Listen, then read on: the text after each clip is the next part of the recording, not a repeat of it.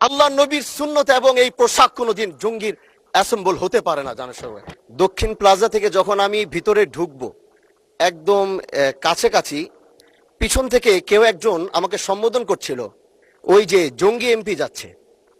তো এই বিষয়টা আসলে এইভাবে আসতো না। তো একটু পর থেকে সোশ্যাল মিডিয়াতে দেখলাম যে এই বিষয়ে খুব লেখালেখি এবং এই ভিডিওটা নিয়ে খুব আলোচনা চলছে, যেটি জাতীয় সংসদের একজন রানিং এমপিকে সংসদের কাছে যখন জঙ্গি বলে সম্বোধন করা হয়, আর এটার জন্য এই সংসদের মান ক্ষুণ্ণ হয়েছে আমি মনে করছি।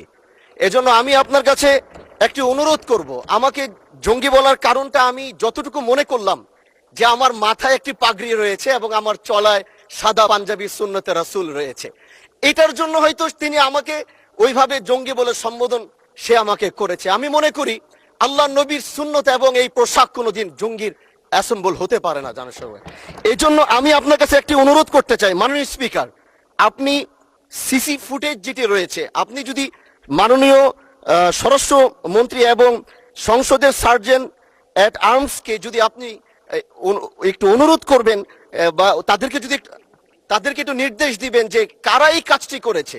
অবশ্যই এই কাজটি এই জন্য করেছে যেন এখানে আমাদের বিরোধী দল যারা রয়েছেন, এখানে তাদেরকেও হয়তো তাদের সম্মান ক্ষুণ্ণ করার জন্য হতে পারে, ওখানে প্রশাসন দাঁড়িয়েছিল, প্রশাসনের সম্মান ক্ষুণ্ণ করার জন্য হতে পারে।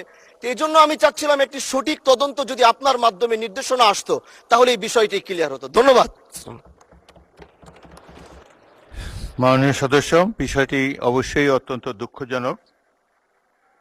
আমি আপনাকে অনুরোধ জানাবো, বিশেষ অধিকার প্রশ্নে আপনি এ ব্যাপারে একটি নোটিশ দেন, বিষয়টি আমরা বিবেচনা করব। বিশেষ ধন্যবাদ।